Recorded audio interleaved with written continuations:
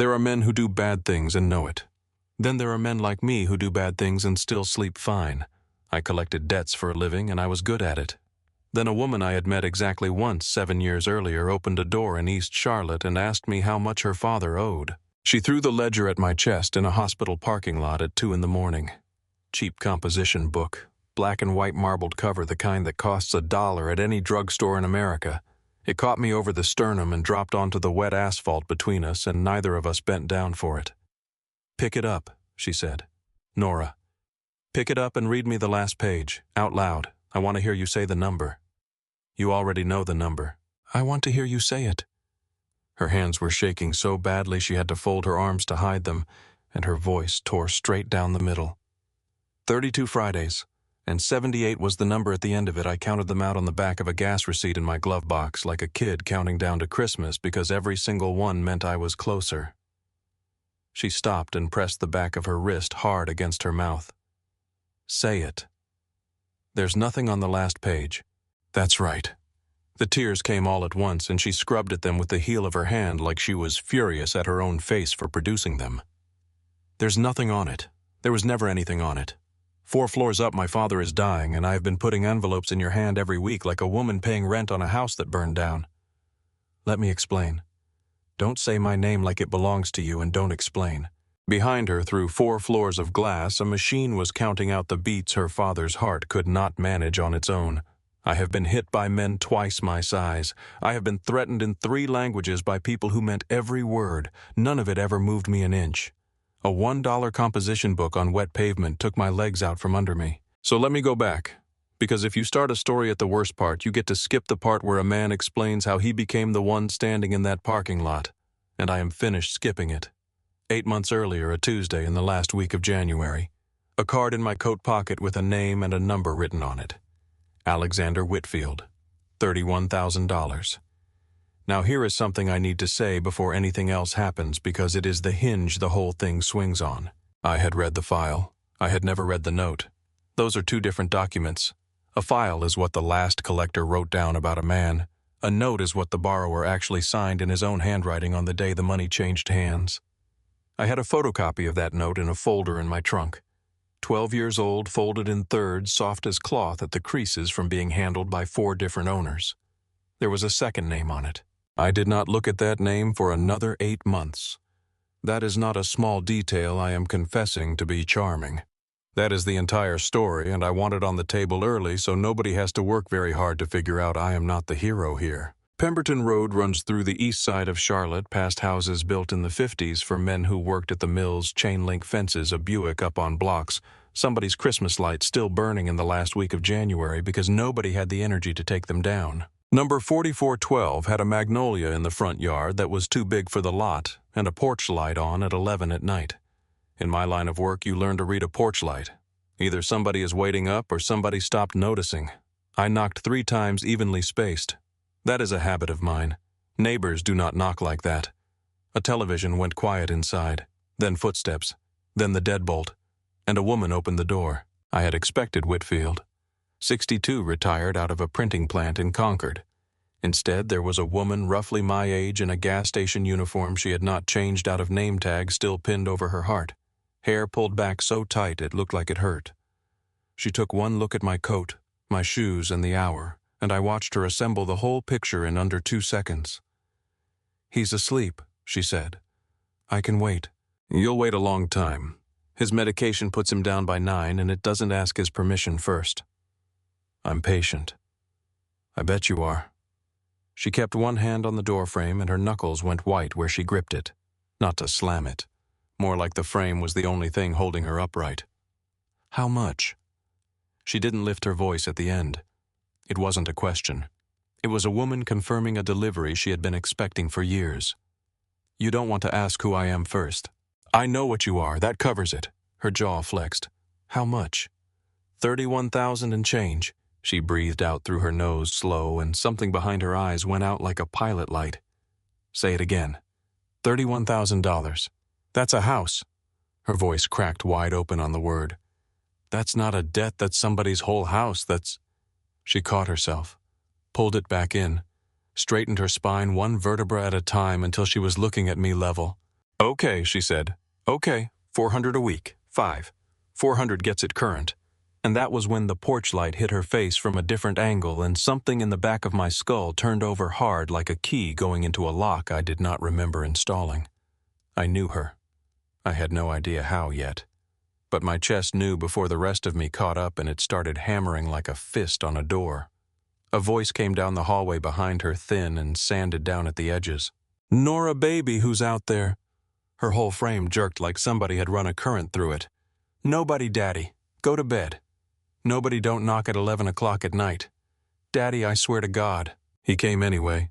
I heard him first, that shuffle and drag of a man who has learned to move without picking his feet up, and then he filled the hallway in a bathrobe over a white t-shirt.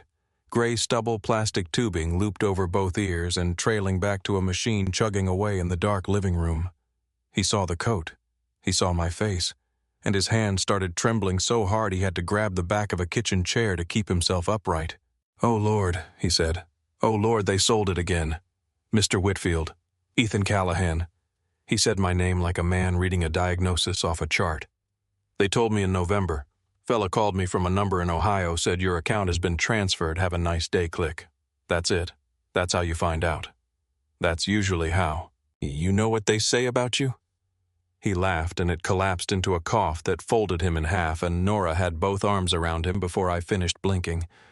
"They say he's the polite one. Ain't that something?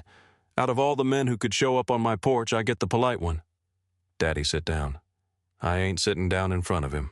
You're gonna fall down in front of him, and then I'm calling an ambulance that costs $2,000 to drive 4 miles, so please sit down." He sat. She crouched next to the chair with one hand flat between his shoulder blades, and she looked up at me with her jaw locked so tight it had to be grinding. "Say your piece." So I did. Original principal was $12,000.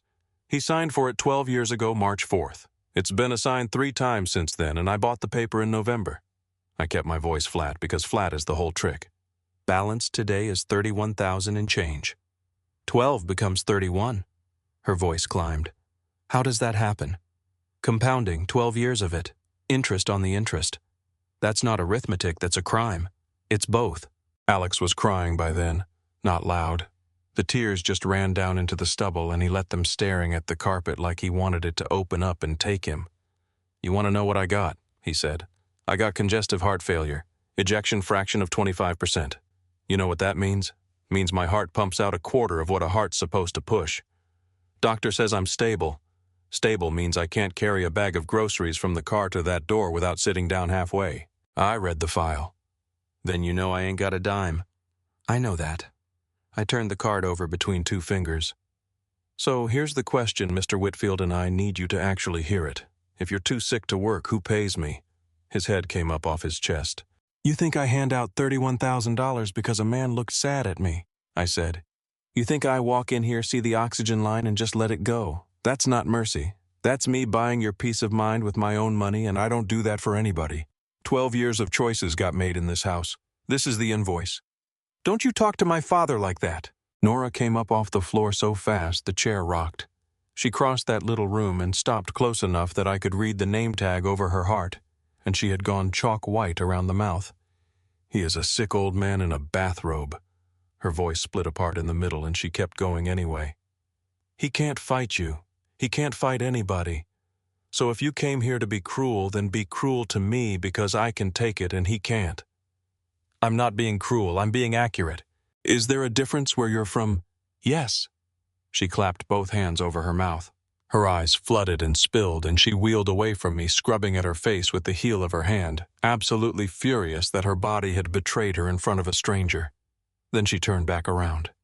"Tell me what you can actually do to us, legally, tonight. And don't dress it up. I'm too tired for a sales pitch." I gave it to her straight because she had earned straight. "Tonight, nothing. To touch a bank account or a paycheck, a creditor has to file suit win and get a judgment signed by a judge.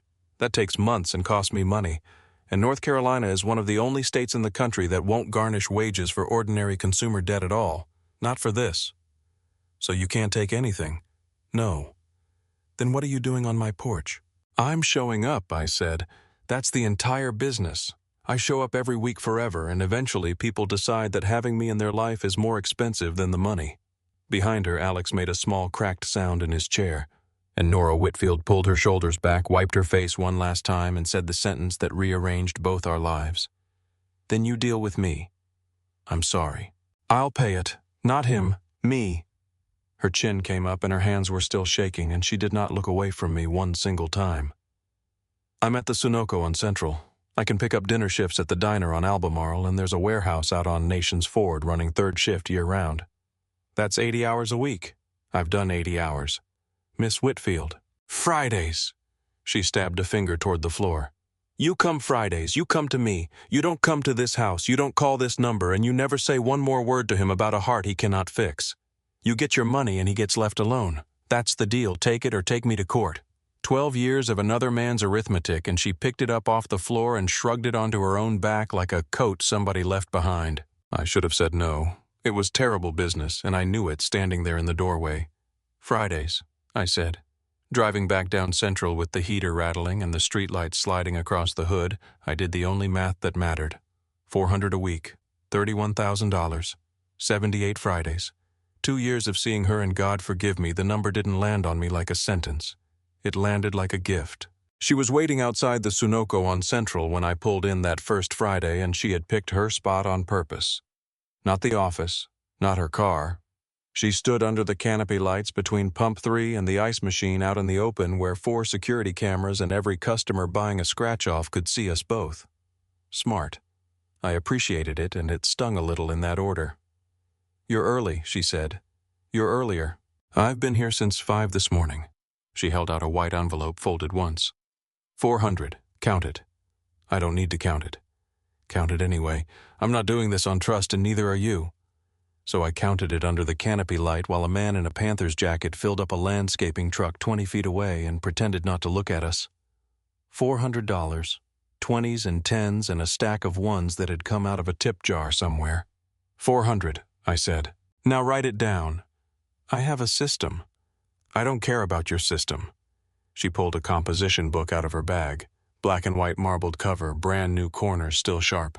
"This is mine. Date amount your signature running balance. Every week. If you won't sign it, I'll pay the whole thing in money orders and keep the stubs, but I'd rather have your handwriting." "Why my handwriting?" "Because a signature is a person admitting something out loud." She snapped the cap off a pen with her teeth and handed it over. "You're allowed to ask me for money. I'm allowed to ask you for proof. There's a federal law about that, you know. I looked it up at the library on Tuesday. A debtor can demand written verification of a debt. That's for collection agencies. I'm not an agency. Then be a decent human being about it instead." I wrote it down, date 430 and change remaining, and I signed my name at the bottom of the first line of a $1 notebook.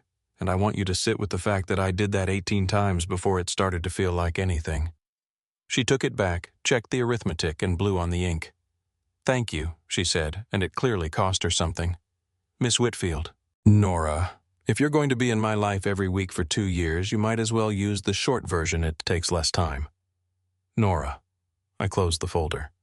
"Can I ask you something that has nothing to do with the money?" "That depends entirely on the question." "Have we met before?" Her face did something complicated. Wary, then almost amused, then flat again. "Are you serious right now? I'm asking honestly." "Mr. Callahan, I have been checking out groceries and pumping gas and refilling coffee in this city since I was 18 years old. I have met every single person in Mecklenburg County at least twice." She shouldered her bag. "You want me to remember your face out of 40,000? I don't even remember what I ate yesterday." "Fair." "Was it a diner?" She said it without turning around halfway to the door. "That's usually where it is when people think they know me." I stood under those canopy lights with the smell of gasoline and the ice machine humming, and it hit me all at once the way a name comes back at 2 in the morning 3 days after you needed it. The diner on South Boulevard. The one that used to be open all night before it turned into a phone store. 7 years ago. I was 21. My father had been dead 9 days. He left me a rented house I couldn't pay for, a business I didn't understand, and a debt of his own that I have never once told anybody the size of. I had been sleeping in a Corolla in the back lot of a self-storage place off Tyvala because it had a fence and a light. That night it got down to 26 degrees. I went into that diner at 1 in the morning with $2.60 in quarters, and I ordered the cheapest coffee on the menu because coffee bought me a booth and a booth bought me heat until sunrise. The waitress was maybe 23, copper brown hair coming loose out of a hairnet, dark circles under her eyes, moving like her feet hurt in a way that had stopped being news to her. She brought the coffee. Then, 10 minutes later, she came back and set down a plate of scrambled eggs and toast that I had absolutely not ordered. I told her I couldn't pay for it. She said, "Kitchen made it wrong for another table. It's going in the trash either way." And she topped off my coffee and walked off and never came back to that booth again except to refill me twice more, and she did not ask me one single question. Not where are you staying, not are you okay, not what happened, sweetheart. She let me eat with my dignity intact and she went back to work. I sat in that booth until 6 in the morning. Nobody threw me out. I did not know her name. I never saw her face again. Until a Tuesday night in January when she opened a door on Pemberton Road and asked me how much her father owed. I got in my car in that gas station parking lot and I put both hands on the wheel and I could not turn the key. My chest had gone tight and hot and my hands were shaking, actually shaking, and I had not felt my hands shake since I was 21 years old and cold. Here is what I understood sitting there. The reason she was working the graveyard shift at a diner at 23, dead on her feet feeding strangers off the wrong order. She was already paying. That was the year the interest first outran her father's disability check. She had been carrying it since before she had a life to give up. I had come to that house to collect $31,000 from a family, and the truth is, the ledger had been open a lot longer than that, and it did not run the direction I thought. I owed her a plate of eggs and a warm booth and the right to be a human being at 1 in the morning. I never told her. That is the second confession, and it lands right next to the first one about the name I didn't read, and if you are keeping count, we are 3 days into 8 months, and I have already started lying to her by leaving things out. I want to say I meant to tell her. I did mean to. But she looked at me under those canopy lights with a brand new notebook in her hand and said, "I'm not doing this on trust," and I understood exactly what she would hear if I opened my mouth. She would hear a man in an expensive coat telling her she owed him something warm. So I drove home. And on Friday of the next week I showed up again and I signed the second line. By the fourth Friday she had stopped making me count the money in front of the ice machine. "You're slipping," I said, signing line 4. "I'm efficient. Standing out here cost me 11 minutes and I get paid $14 an hour, so you cost me $2.60 every week." That's oddly specific. I'm oddly specific about money now. It's a whole personality. She took the notebook back and blew on the ink, same as always. 29,400. 29.4. Say it like it's smaller than last time. 29.4. Better. And she almost smiled. Almost. It got about halfway up her face, and then she remembered who she was talking to, and it went out. 2 days later, I stood in Miles Barrett's backyard off Sardis Road with a paper plate in one hand, arguing with a 9-year-old about whether ranch dressing belongs on pizza. "It's a sauce on a sauce," I said. "It's structurally unsound. You're structurally unsound. Kid, I will end this friendship." Miles came over laughing with a beer in each hand. He is 6'4", drives for me, and has the disposition of a golden retriever that went to community college. "Leave him alone. He's the only adult here who talks to you like a person." He handed me a bottle. "You good, you've been weird." "I've been busy." "You've been weird. Cheryl said it too. She said Ethan's got a face on." "Tell Cheryl to mind her own backyard." "Tell her yourself she's 12 feet away and she can hear you." "I can hear you," Cheryl called from the grill. That is who I am on a Sunday. I hold people's babies. I fix their storm doors. I have driven 3 different men to rehab in Statesville and never once put it on their bill. If you met me at a cookout, you would go home and tell your wife you met a nice guy. Then Monday comes. Monday I sat at a kitchen table on Freedom Drive across from a man named Dale Prather, who owed me $9,000 and had missed 6 weeks. "I got laid off," he said. "Ethan, man, I got laid off in December, I told you." "You told me in December, it's February." "I'm looking, I'm out there every day." "Dale," I said it at exactly the same volume as everything else. "That is the whole thing. People brace for shouting, and I never give them shouting. Your truck is in the driveway. It's a 2019 and the tag is current. Your wife's Camry is at her mother's on Beatty's Ford." His face drained out gray. "How do you know where?" "Because I go look." I folded my hands on his table. "I'm not going to touch you. I've never touched anybody, and I'm not going to start with you. Here's what happens instead. I come Monday, then I come Thursday, then I come Sunday when your brother-in-law is here for the game, and I sit right here in this chair and I wait, and I am extremely polite to everyone. Don't do that. Then sell the truck. That truck is how I get to work when I get work. Then you understand your own situation better than you were pretending to. I stood up and pushed the chair in because I always push the chair in. 200 by Friday. Anything. 200 buys you 3 weeks of me not being in your life. He started crying at his own kitchen table, a grown man with his hands over his face, and I stood there and let him finish because interrupting a man's crying is rude. Then I said thank you for your time and I left. That is the other one. Both of them are me. I have never been able to get a razor blade in between them, and I have quit trying to explain it to people who ask. The following week I started following her. I want to be careful how I say this because I have had 18 months to build a nicer sentence for it, and I am not going to use one. The stated reason was skip risk. Half my losses in 12 years have come from families who go quiet, then go to a cousin in another state, and I eat the whole balance. Legally, I had almost nothing. No judgment, no lien, no wage garnishment in this state. What I had was a woman's word given on a porch at 11 at night. So I did what I do with anybody carrying 5 figures. I learned the pattern. Sunoco on Central 5 to 1. Diner on Albemarle 2 to 9. Warehouse on Nations Ford 11 to 7 3 nights a week. 83 hours. I did the math on the back of a gas receipt in my own glove box, and I thought about how she probably had one too. I never followed her home. I never sat outside that house. I stayed where anyone can legally stand, which is parking lots and public streets, and I have used that fact to feel better about myself more times than I want to admit. Week 9, a Wednesday, 8:50 at night. She came out the back of the diner and got into a Corolla older than the one I used to sleep in. She did not start it. She put both hands on the wheel. Then her shoulders came apart all at once, and she sobbed hard, the ugly kind that folds a person forward until their forehead hits their own hands. It went on for 4 minutes. I know because I counted, and I hated myself for counting. Then she sat up, pulled the mirror down, wiped under both eyes with a napkin, pressed her palms flat against her cheeks like she was setting a bone and practiced something. I watched her mouth move.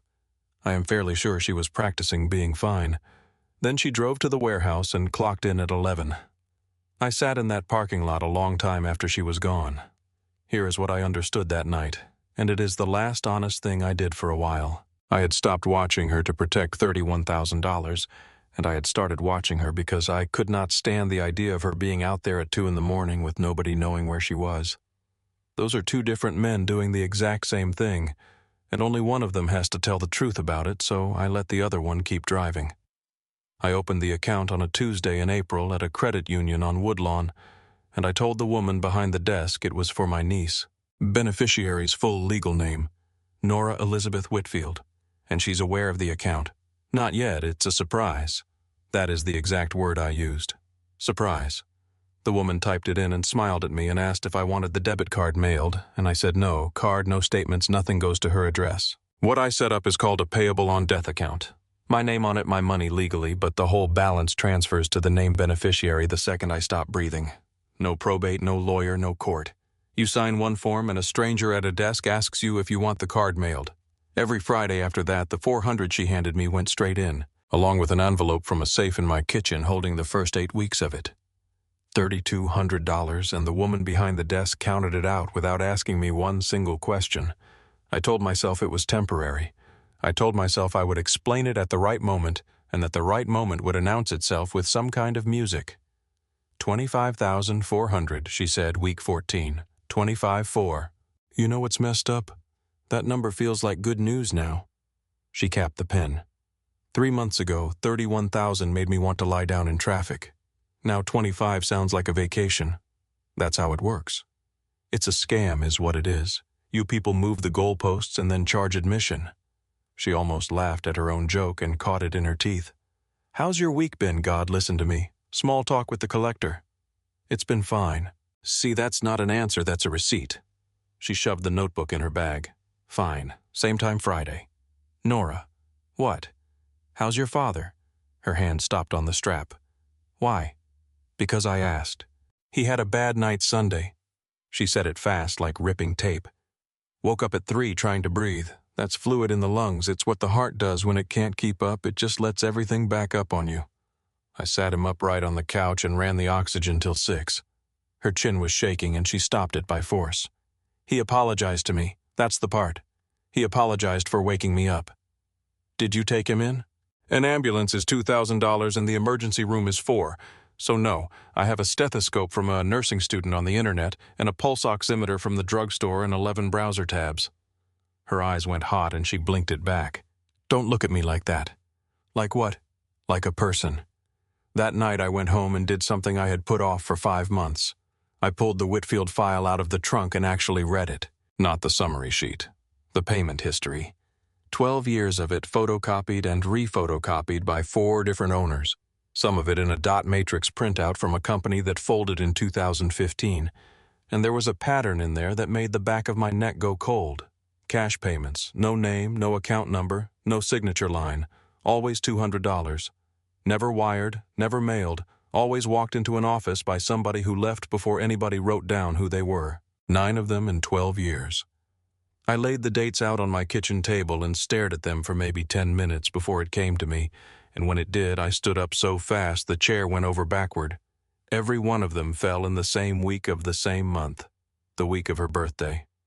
I sat back down and put my head in my hands because I already knew what those 9 payments had done, and it is worse than anything a collector ever did to that family. In North Carolina, a written contract like this one has a 3-year statute of limitations. 3 years without a payment and the debt goes dead, not forgiven.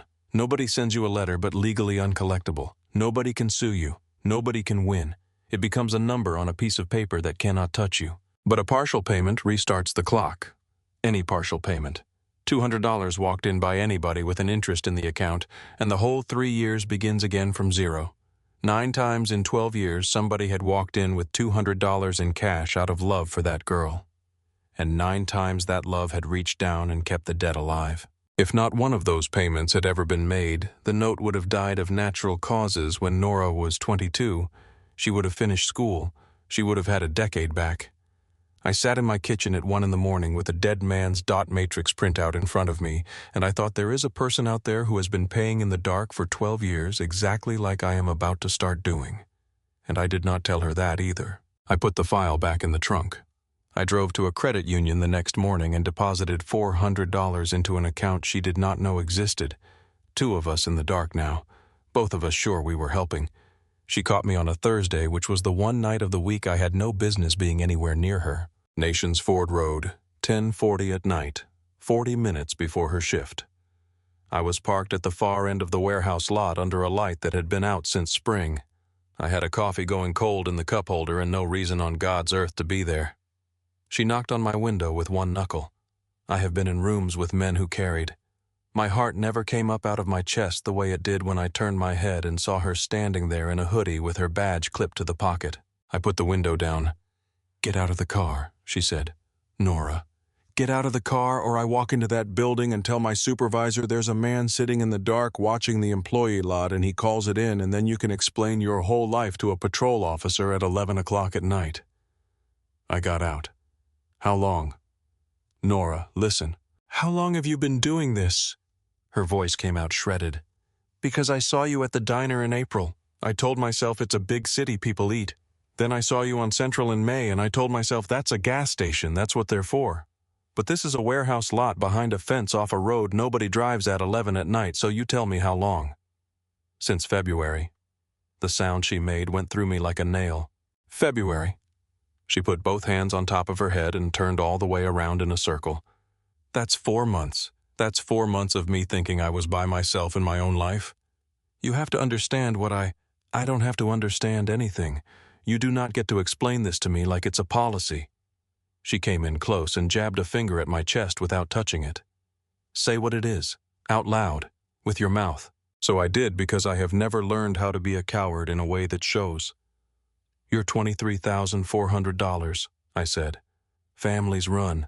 It's the single biggest loss in this business, and I have eaten it more times than I'll tell you. I had no judgment, no lien, and this state won't garnish a paycheck. All I had was your word on a porch, so I learned your pattern. Where you are, what time, how long. That's what I do with anybody carrying 5 figures, and I did it to you." She stepped back from me like the air had gone bad. "An investment," she said. "That's not the word I used." "That's the only word in the sentence." Her eyes filled, and she did not fight them this time. She just let them come down her face and kept talking through it, which was so much worse. I have been standing under that canopy handing you envelopes and asking about your week. I told you about my father's lungs. I told you he apologized to me at 3 in the morning, and I have never said that out loud to another human being, not to Camille, not to anybody, and the whole time you were parked behind the diner writing down when I get off. I never went to your house, not once since January. I never— Oh, congratulations, you stayed on public property. She laughed and it broke apart. You want a certificate? Should I sign your notebook? Nora, don't. She pressed the back of her wrist to her mouth hard, the way you do when you are trying to physically hold something in. I let you count my tip money. 20s out of a jar with lipstick prints on it, and I stood there while you counted it because I thought if I was honest enough and I never missed one single Friday, then eventually you would look at me and see a person instead of a line item. I see a person. You see collateral. Then why am I here on a Thursday? It came out louder than anything I had said in 12 years of this work, and it stopped both of us cold. Thursday isn't a payment day. Thursday isn't a pattern. I've had your pattern since March. Ask yourself why I'm sitting in a dead parking lot on a Thursday, and if you get an answer that makes me a businessman, I'll take it. Her mouth was open. Nothing came out of it. Then her jaw set and she wiped her face with the flat of her hand. You know what the worst part is? For 6 months, you were the only thing in my week I could count on. Every Friday, $400, and the number got smaller and you were the proof it was working. Her voice dropped so low I had to lean in. You were the only person who never once told me I looked tired. Nora, I clock in at 11. She backed toward the fence line. Don't be here when I come out. Don't be at the diner. Don't be at the Sunoco except Friday at 9, and on Friday you take the envelope and you sign the book and you do not ask me how my father is. That's the deal, she said. Take it or take me to court. She used my own sentence on me and walked into that building, and the door shut on a hydraulic hinge with a hiss that I still hear sometimes. I drove home. I did not sleep. And I want you to understand the shape of what I did next, because everything comes out of it. I did not stop. I moved. I found a spot across the road outside the fence past the property line where the street light was working, and she could not see a parked car from the employee entrance. And that decision, that exact one, is the only reason she was alive 9 days later. The conveyor line went down at 1:15, and they sent everybody home 5 hours early. She came out last, 2:14 in the morning. And there was a man standing between her and her Corolla who had not clocked out of anywhere. I was out of my car before I decided to be. I don't have anything, she was saying in that flat, tired voice she uses on drunks at the gas station. Purse. There's $11 in it. Hey! I said it at conversational volume from 15 feet out, hands open where he could see them. Buddy, there's a camera on that pole and one on the loading bay. Both of them have you. Neither one has you doing anything yet. That window shuts in about 4 seconds. He looked at me. He looked at the pole. Then he ran. She got 6 steps toward her car before her knees went out from under her. I caught her under the arms and we both went down anyway, right there on the asphalt, and she grabbed 2 fistfuls of my shirt and started shaking so hard her teeth were audible. I'm okay. You're not, and that's allowed. I'm okay. And then it tore out of her all at once, a sob so raw it sounded like it scraped her throat coming up, and she pressed her forehead into my chest and screamed into it. Muffled, furious. 12 years of a woman not being permitted to make a sound. I put my hand on the back of her head and held on and said nothing for 3 minutes, and that is the only thing in this entire story I did right. Then she pulled back and looked at me with her whole face swollen. Why are you here? I moved across the road. That's a location, not an answer. She shook me with about as much strength as a woman that tired can produce. 9 days ago I told you to be gone. Say why you're here. So I did. Because I couldn't stand the thought of you out here at 2 in the morning with nobody on this earth knowing where you were.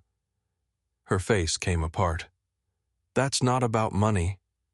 It hasn't been about money since February. Since February. You want the whole thing? Fine. It's Wednesdays. My voice did something I did not authorize. You sit in your car behind the diner and you cry for 4 minutes, and then you fix your face in the mirror and you go clock in at 11. I counted it once.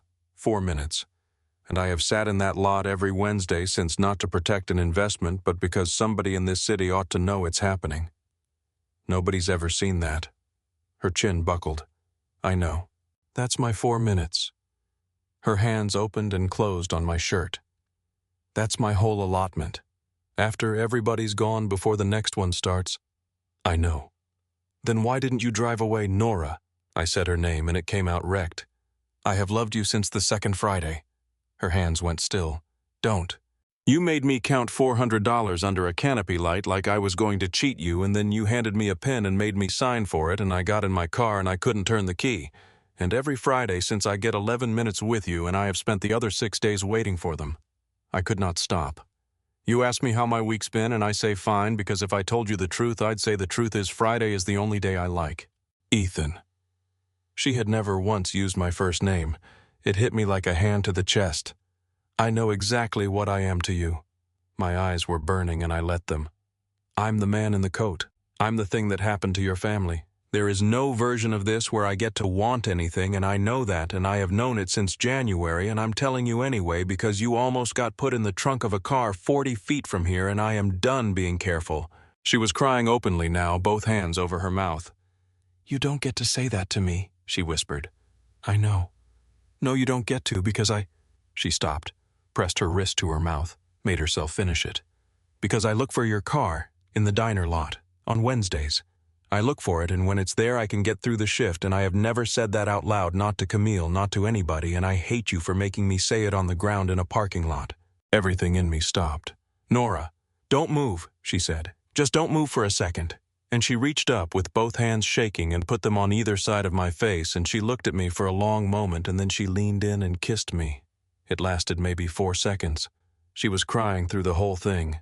My hand came up to her jaw, and I felt her pulse going like a bird under my thumb. Then she pulled back and pressed her forehead against mine and laughed wet and ruined and completely genuine. We are a catastrophe, she said. Yes.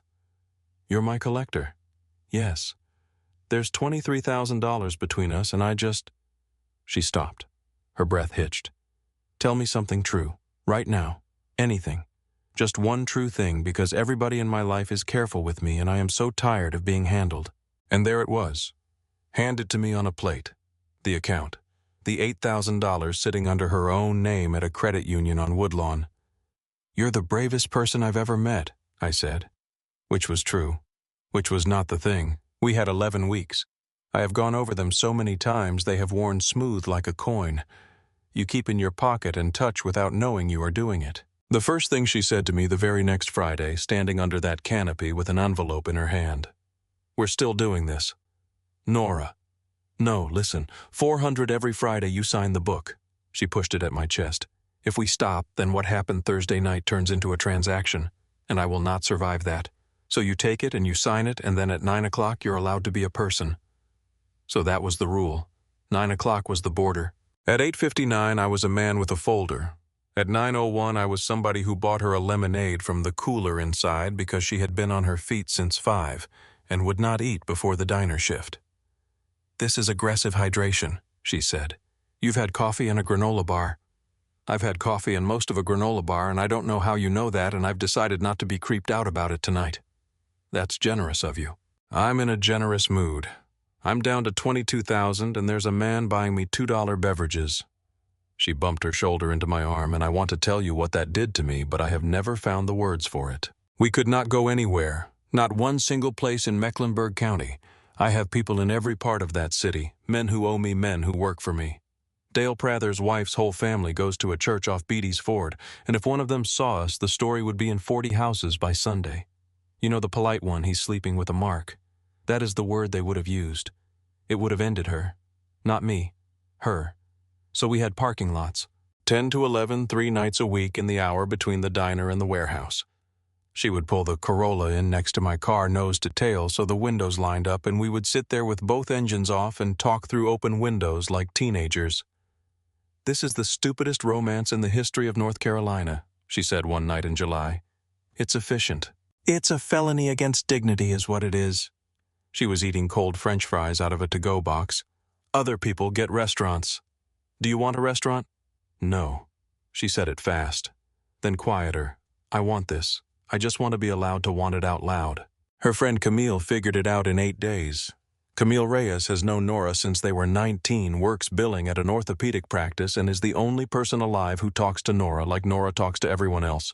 She cornered me in the Sunoco parking lot on a Friday in August with her arms folded. I know who you are. Most people do. That's not a flex, that's a warning label. She looked me up and down. She's got nothing you understand. She's got her daddy and me and about $400 a week that goes straight into your hand. That's the inventory. So if you're bored, or if this is some rich man's project where you fix the poor girl and feel good about yourself, it isn't. Then what is it? And I told her the truth, standing in a gas station parking lot in front of the ice machine. I'm going to marry her, I said. I haven't told her that. I'd appreciate it if you didn't either. Camille stared at me for a long 5 seconds. Well, hell, she said. Okay. In September, Alex called me. I had not spoken to him since January. He got my number off Nora's phone while she was in the shower, which is the single most 62-year-old thing a man has ever done. You come by Sunday, he said. She's at the warehouse. Come at 2. I sat in his living room with the oxygen machine chugging in the corner and the Panthers on mute and a glass of sweet tea I did not ask for. You're in love with my daughter? Yes, sir. She smiles at her phone now. He said it to the television. She didn't used to have anything to smile at a phone about. Mr. Whitfield. Alex. Alex.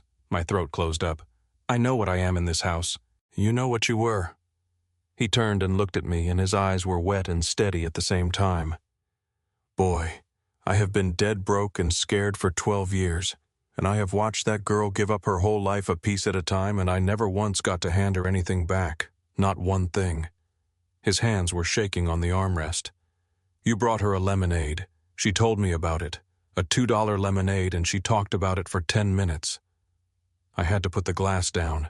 There's something I need to tell you, he said.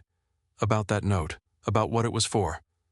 And the oxygen machine hiccuped and he coughed, and by the time he got his breath back, Nora's car was in the driveway 2 hours early because the warehouse cut her shift.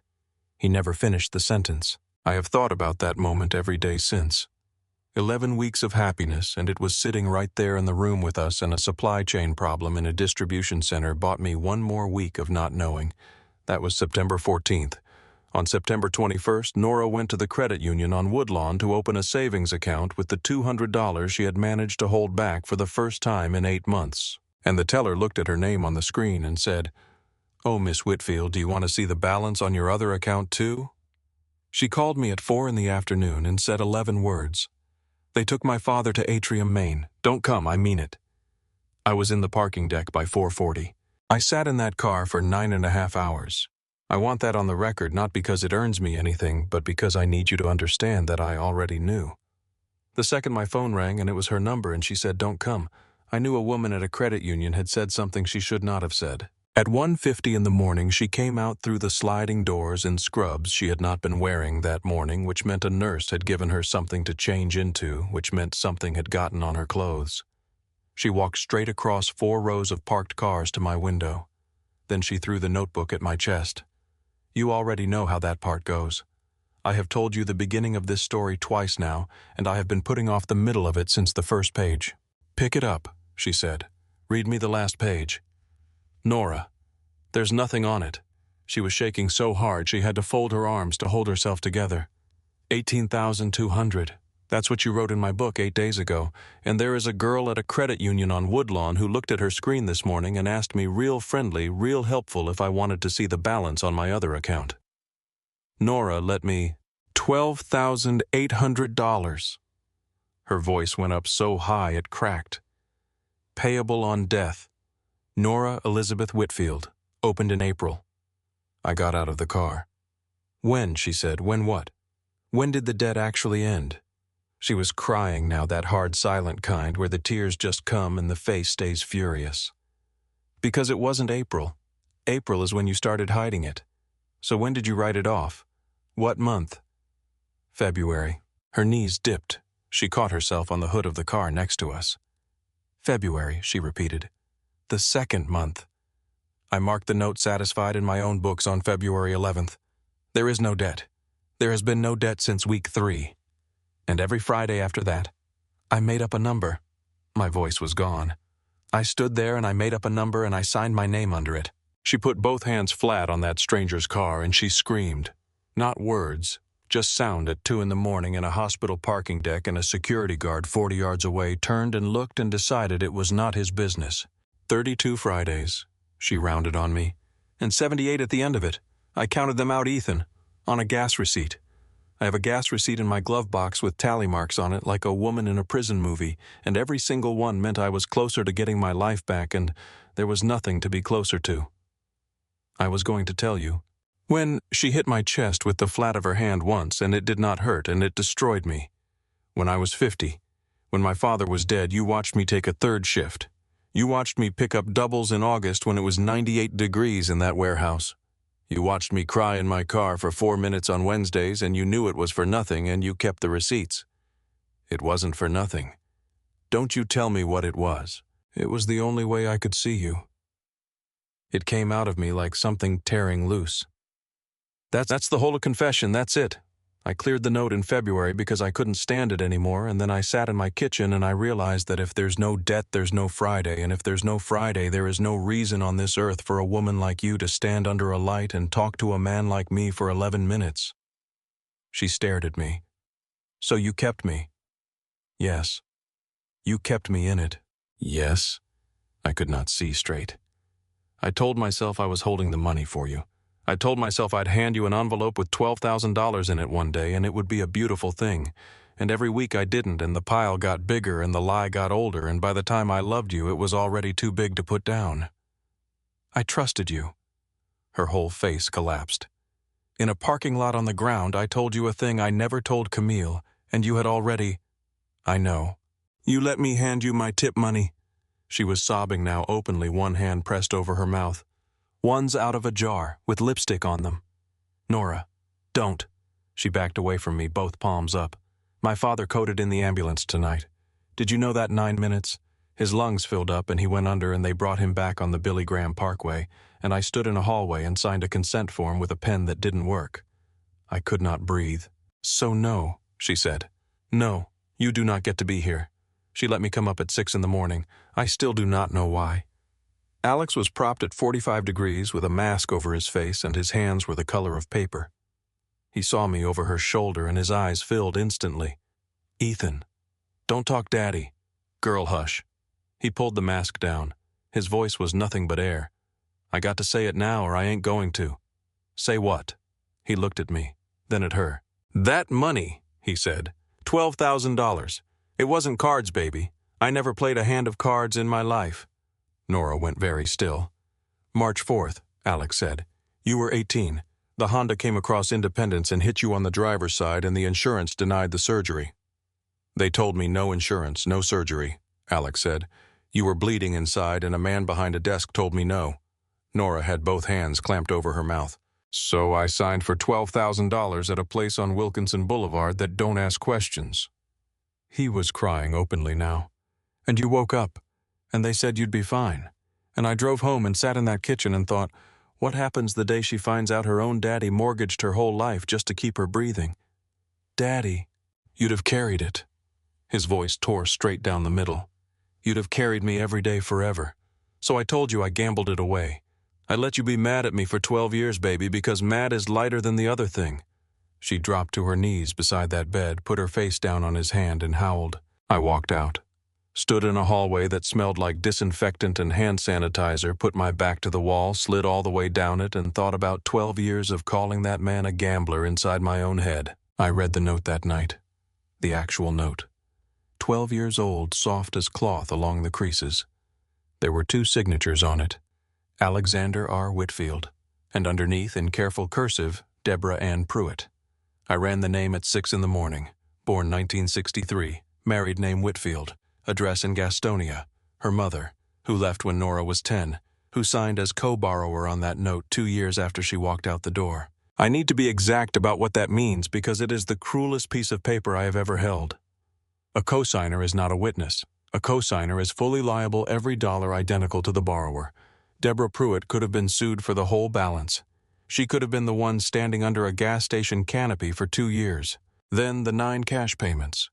$200 walked into an office by somebody who left before anyone wrote down a name. Always the week of Nora's birthday. That was her. 12 years of a woman paying in the dark on a debt she could have run from. And every one of those payments quietly restarted a 3-year statute of limitations that would otherwise have killed the note dead when Nora was 22. She kept it alive by loving her. I sat with that for 2 days. Then I handed Nora the entire file because I was finished deciding what she could survive. She read it in a hospital cafeteria. Got to the second signature and her hands shook so badly she had to put it down on the table. "She could have paid this," she said. "All of it. You could have gone after her instead of me." "Yes. That's a way out." Her eyes came up red and swollen. "That's a legal way out and you're handing it to me." "It is." She stared at that name for a long time. Then she folded the paper in thirds along the old creases. "No," she said. "I'm not spending what's left of my life hunting my mother down to hand her a bill. I've been somebody's collector since I was 18. I'm done." Alex needed a new heart. Not a stent, not a pump. A heart. And to get listed for a transplant, a center has to clear you financially the surgery, the anti-rejection drugs every single day for the rest of your life, housing near the hospital. They are not obligated to list a man with no plan to pay for any of it. The account had $12,800 in it. It was not remotely close. So I made the last bad decision of my life. I had told her in July I was getting out. Winding the book down, taking no new paper finished by spring. I meant it. Instead, I bundled every loan I held and sold the whole book to a man in Greensboro who is exactly what you are picturing. 61 cents on the dollar wired in 9 days. I knew what it meant. 43 households would be dealing with him now instead of me. I did it anyway. I told her before I signed. That is the only part I got right. "That's what I am to those people," I said. "Same as what I was to you." She took my face in both hands. "Then we spend a long time making it right," she said. "Both of us, starting after. He got the heart in February, 13 months after I knocked on that door. He walked her down the aisle in June, slowly with a cane. But he walked. There was a moment at the reception I have to tell you about. It was late. The band had packed up. Camille had her shoes in one hand and was arguing with the caterer about leftovers, and Nora came and sat down next to me at an empty table with her dress hiked up over her knees and her hair coming apart. "Okay," she said. "Ask me your diner question again." "What?" "That first Friday, under the canopy, you asked me if we'd met." She was watching me sideways. "You've never brought it up again in 2 years, and you're the most deliberate man I have ever met, so—" My throat closed. "South Boulevard," I said. "The one that's a phone store now." She went completely still. I was 21. My father had been dead 9 days. I was sleeping in a Corolla behind a storage place off Tivoli because it had a fence and a light. My hands were shaking around a champagne flute I had not touched. It got down to 26 degrees that night. I walked into your diner at 1 in the morning with $2.60 in quarters and ordered the cheapest coffee on the menu because coffee bought a booth and a booth bought heat until sunrise. Her eyes were enormous. And 10 minutes later, a waitress put down a plate of eggs and toast I had not ordered. I told her I couldn't pay. She said the kitchen made it wrong for another table and it was going in the trash either way. My voice went. And then she never came back to that booth except to top off my coffee twice. She never asked me one single question. Not "Where are you staying?" Not "Are you okay?" She let me eat like a human being and she went back to work. Nora's hand came up over her mouth. "That was you. That was me. I remember that kid." She was crying now, laughing and crying at once. "I remember him. I told the cook the eggs were for a return and he cussed me out for a week over the food cost. I was 23 and I was working nights because my daddy's interest had just outrun his disability check and I—" She stopped. Both of us got there at exactly the same second. "I was already paying," she whispered. "In that same year. That was the same year." "Yes." "And 7 years later you knocked on my door to collect it." "Yes." She sat back in that folding chair in her wedding dress and put her hand flat on her chest. "I fed you," she said, "with the money that debt was eating me alive for. I have owed you since before your father ever owed me." I could not see for the tears in my eyes. "I never told you because I knew what you'd hear. A man in an expensive coat telling a broke woman she owed him something warm. So I sat on it for 8 months like I sat on everything else, and I am telling you now because I promised you I'd stop deciding what you can handle." She took my hand and pressed it flat against her sternum hard and held it there. "Eggs and toast," she said. "Eggs and toast." Here is what I learned, and it took 30 years and a woman I did not deserve to learn it. Her father lied to protect her. Her mother paid in the dark to protect her, and I cleared a debt and went right on collecting it, and I called that protection too. 3 people who loved that woman, and every last one of us decided she was too fragile to be handed the truth. We were so busy carrying her that not one of us ever thought to ask what she wanted to carry. Love that has to hide what it did is not love yet. It is management. And people are not accounts to be managed. They are owed the truth, especially when the truth costs you the version of yourself you preferred. She forgave me. I still do not entirely understand why. I have stopped interrogating it, and I try to be worth it daily instead. So let me ask you something. If somebody you loved lied to you for 8 months, and every single lie was told to protect you, could you forgive them? Or would that be where it ended for you? I know exactly what I would have said before all this. I am no longer sure I was right. Tell me in the comments. I read every one.